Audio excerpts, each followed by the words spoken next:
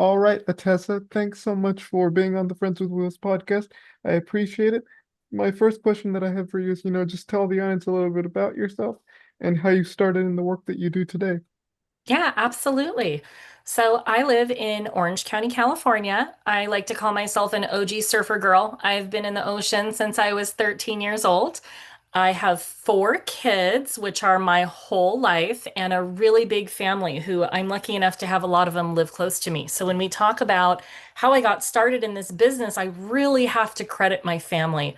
A lot of this goes back to me being younger, me helping raising my younger siblings, then still being in college and my sister having kids and me starting to help raising them.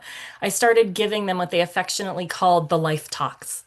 So, something was going on in their life. They weren't sure how to deal with it. They would come to their auntie, that was me, and they would get the life talks on how to deal with situations, how to grow up, how things come together. I had a younger sister living with me, and I think all the life coaching work I do boils down in my mind to this one situation with her. And I think about it and it really makes me laugh. She had moved in with me after high school.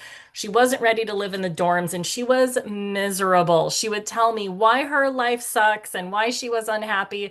And I made this list for her called My Life Sucks. And we put everything that was wrong on it, from I need new pants to I don't have a boyfriend to my car smells bad. And I went, okay, sister, we're going to mark these off one at a time.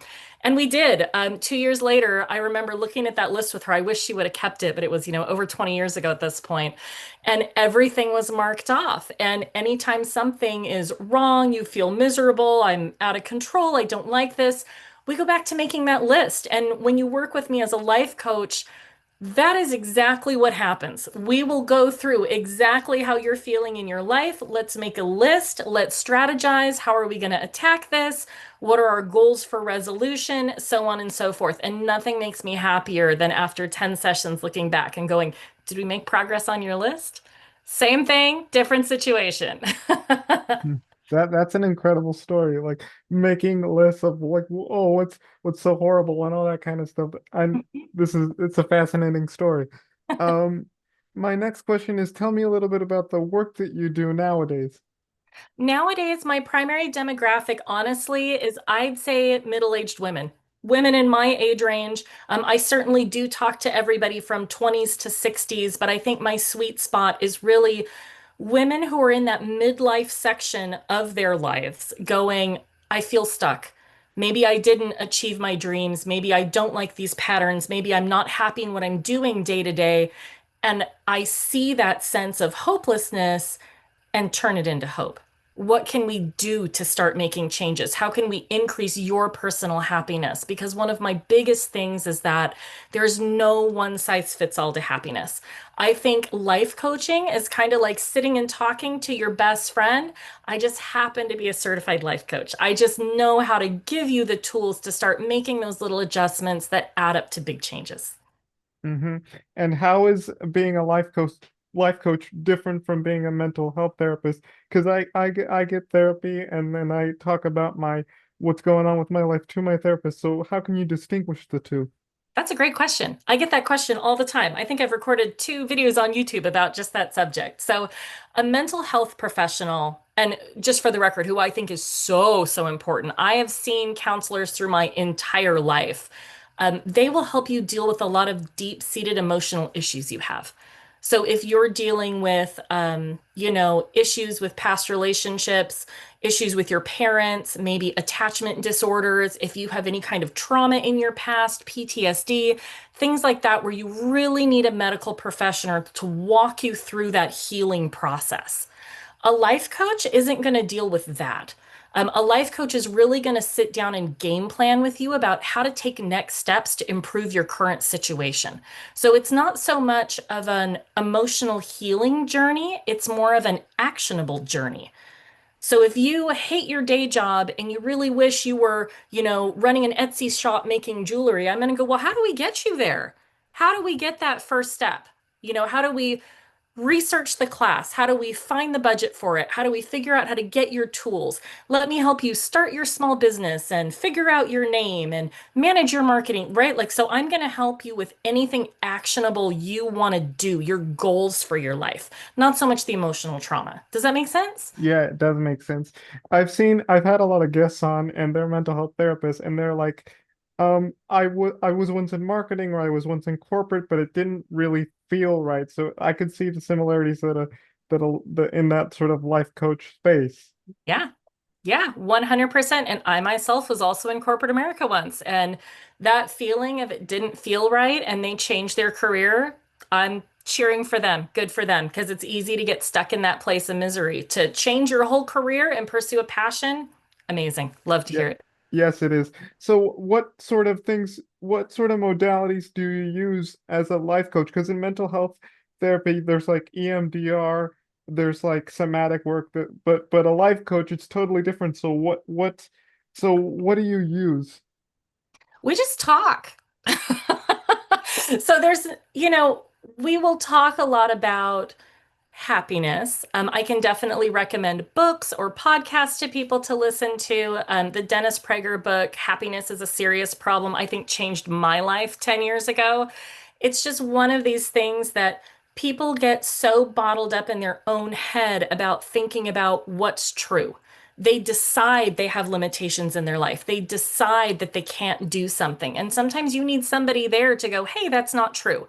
So we write a lot of things out. We do a lot of mapping of, these are my plans. This is what I want. But there's nothing fancy going on. There's no like therapy or hypnotism. It's good old fashion coaching from your online best friend here. If you are in Orange County, you can meet me in person. I love to get together at coffee shops, but most of my clients are from all over the country, and you get to talk to me like this, and I will pump you up and help you make a plan and help you follow through with it.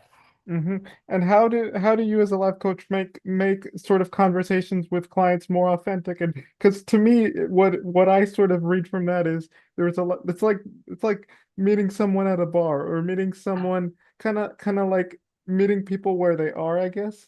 Mm-hmm. Yeah, absolutely. That's another great question. If you don't have a bond with your coach, it's not going to work. Developing rapport and getting to know somebody truly is always the number one priority. And I can't tell you the amount of people that I've met with where we talk for 30 minutes, tell me about yourself, what's going on, and I've gone, you know what? I'm not the right person for you. I'm not the kind of help you need. And honestly, it makes them want to talk to me more. They're going, well, no, I trust you. I talk to you. I want to talk to you. And I'm like, listen, my goal in life isn't to take your money.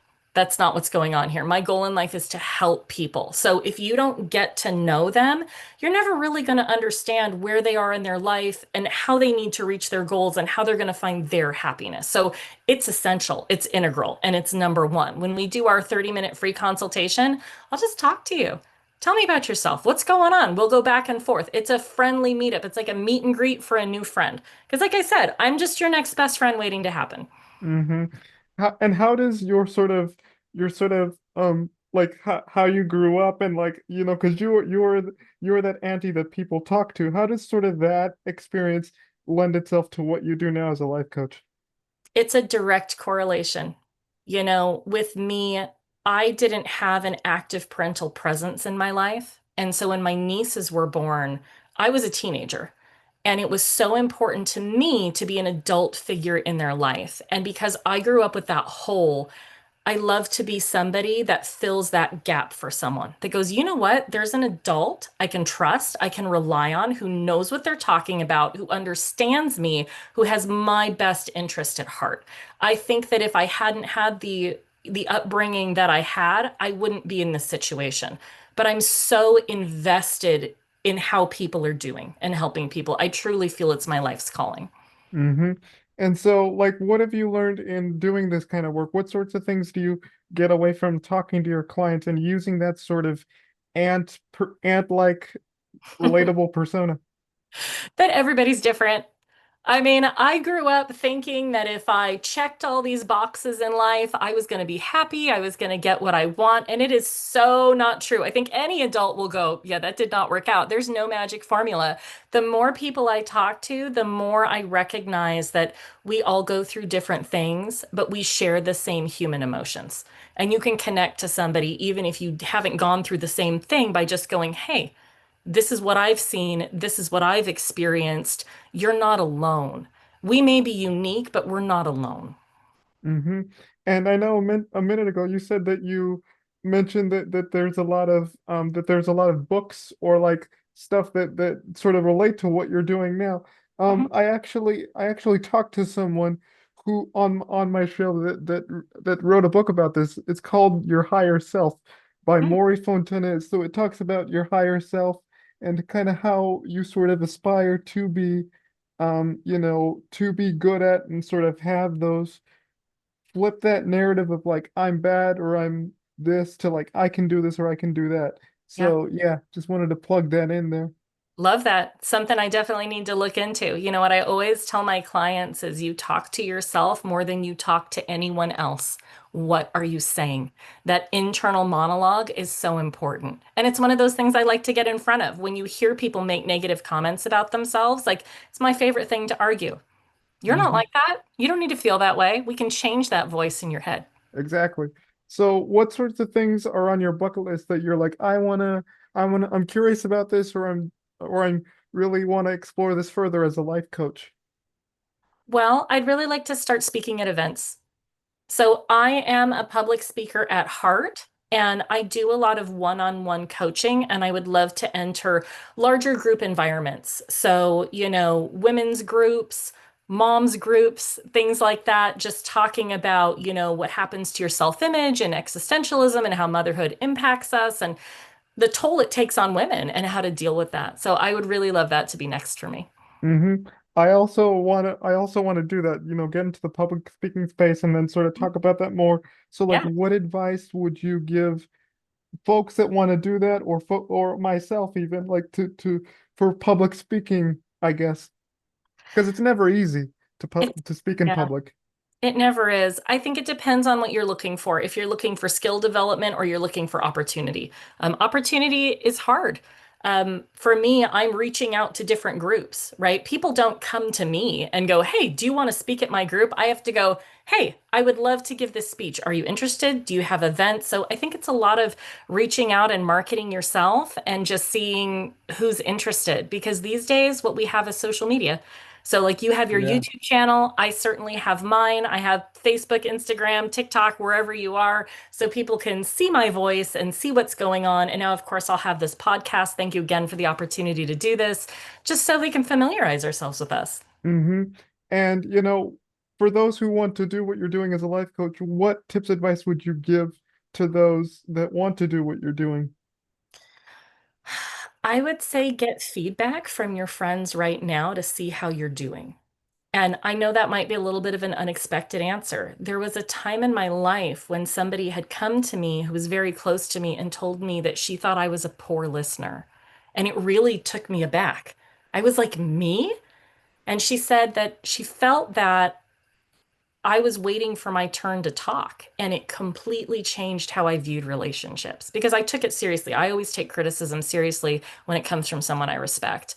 And my approach to others and the way I interacted changed. So you may have in your heart, I want to be a life coach, which is great.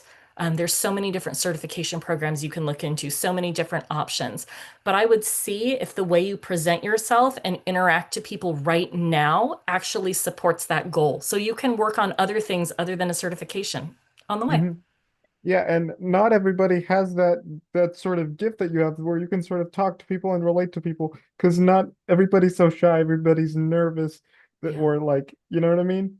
Yeah, for sure. For sure. So what my last question is like, looking back at what your experience in that and so where you are now, what would you tell your younger self, like if you had to write like a letter to your younger self, how would it sort of start? How would it sort of summarize, I guess? Because I remember when I was in high school, we used to write letters, and I remember it was senior year of high school. Uh, we had to write no, it was freshman year actually. We had to write letters to our younger self. Fast forward to senior year, we had to really read what we wrote. So what would it be in your case? What would you tell your younger self? You know, I think I would tell myself that it's going to be a bumpy ride, but all of the experiences that seem like struggles now will add up to the well-rounded person you'll be tomorrow. Because at the end of the day, I wouldn't change any of it. Everything I went through, all of my experiences have added up to the life coach I am today, to the person I am today. And if I had changed course and not had those experiences, I don't think I would be able to help people the way I do. Mm-hmm. All righty. Okay.